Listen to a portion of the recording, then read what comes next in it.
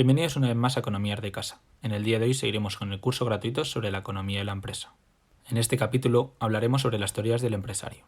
Tradicionalmente, el empresario se consideraba como la persona que daba vida a la empresa, que coordinaba y dirigía el proceso productivo, arriesgando en ello su capital. En esta definición antigua se puede observar que las figuras del empresario y del propietario de la empresa se identifican, es decir, son la misma persona. Sin embargo, hoy en día, sobre todo en empresas grandes, el propietario es el socio capitalista.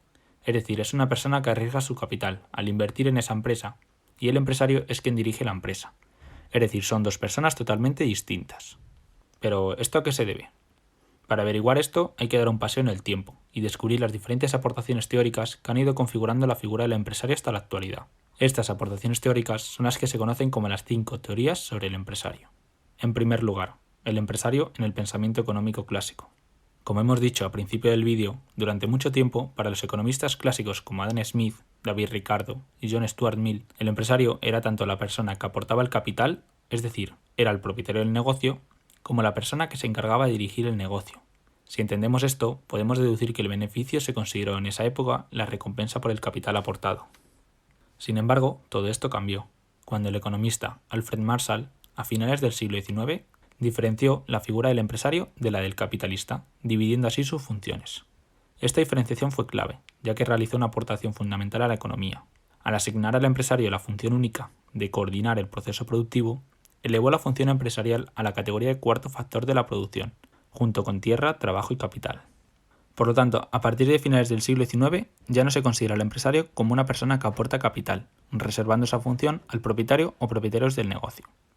En segundo lugar, nos encontraríamos con el empresario riesgo de Nietzsche, teoría que nace en el año 1921, cuando Nietzsche publica su libro titulado Riesgo, incertidumbre y beneficio, donde asegura que es el riesgo lo que define al verdadero empresario. Mira, si os fijáis bien, el empresario al contratar los factores de producción como son los trabajadores, la maquinaria y pagar por adelantado los costes de la empresa para fabricar un producto o llevar a cabo un servicio, está corriendo el riesgo de no conseguir recuperar la inversión y perder así todo su dinero en el caso de que el negocio no salga bien, por lo que para él, la esencia del empresario radica en la incertidumbre que él tiene sobre las consecuencias de sus decisiones, justificándose así el beneficio del empresario como el premio o recompensa por el riesgo soportado. En tercer lugar, surge el empresario innovador de Schumpeter, añadiendo así otra característica al empresario. Este autor, en 1942, considera que ser empresario era sinónimo de ser innovador, es decir, el empresario es aquel tipo capaz de inventar un nuevo producto o una nueva forma de producir.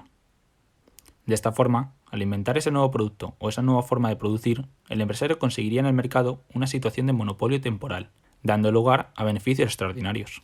Sin embargo, para el pobre empresario y por el bien de los consumidores, esto no ocurre para siempre, ya que con el paso del tiempo, otras empresas irían imitando esa innovación, provocando así una disminución de los beneficios y bajando el coste de ese invento, siendo más accesible hacia las personas comunes. En resumen, para este autor, el beneficio se justifica como el premio o recompensa que percibe el empresario por su aportación al progreso tecnológico y económico que ha dado a la sociedad.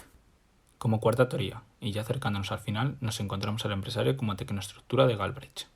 El economista Galbraith, allá por 1967, se da cuenta de que las grandes empresas actuales son tan complejas que no pueden ser dirigidas por una sola persona, ya que o es un genio que no viene de este mundo o acabaría literalmente loco.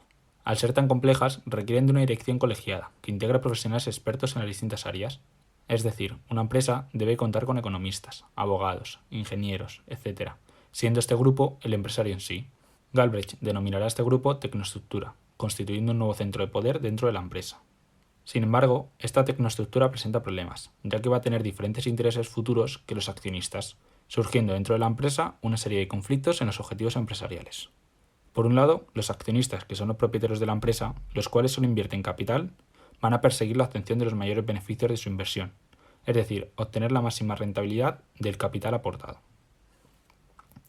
Mientras que por otro lado, los directivos, al realizar actividades más complejas que solo invertir dinero, perseguirán unos objetivos mucho más amplios, que van más allá de lo económico, como pueden ser los objetivos personales, entre los que se encuentran los de seguridad laboral, gozar de un cierto poder o de un cierto prestigio en la empresa.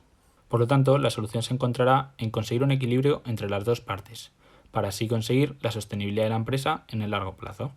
Finalmente, la quinta teoría nos habla del empresario como descubridor de oportunidades de Kirchner. En 1973, Kirchner destacará que la esencia del empresario es su estado de alerta, para descubrir en el mercado oportunidades no detectadas hasta entonces. Es decir, está siempre al acecho de entrar en nuevos mercados, nuevos negocios, nuevas formas de vender, etc. Por lo tanto, según este autor, una de las principales funciones del empresario radica en intuir y aprovechar estas oportunidades cuando las descubra, siendo el beneficio el premio por detectar estas oportunidades. El empresario en la actualidad. En la actualidad hemos cogido estas 5 teorías y las hemos unido para definir al empresario conformando una definición amplia y muy aceptada.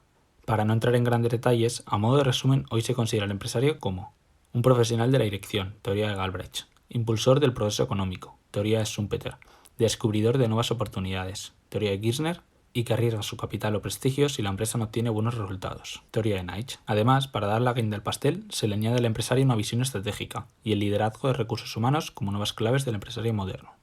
Me ha encantado hacer este vídeo, por lo que si te ha gustado y quieres estar al tanto de más conceptos económicos, no dudes en suscribirte. Si tienes cualquier duda o sugerencia, por favor déjalas en los comentarios que los estaré leyendo.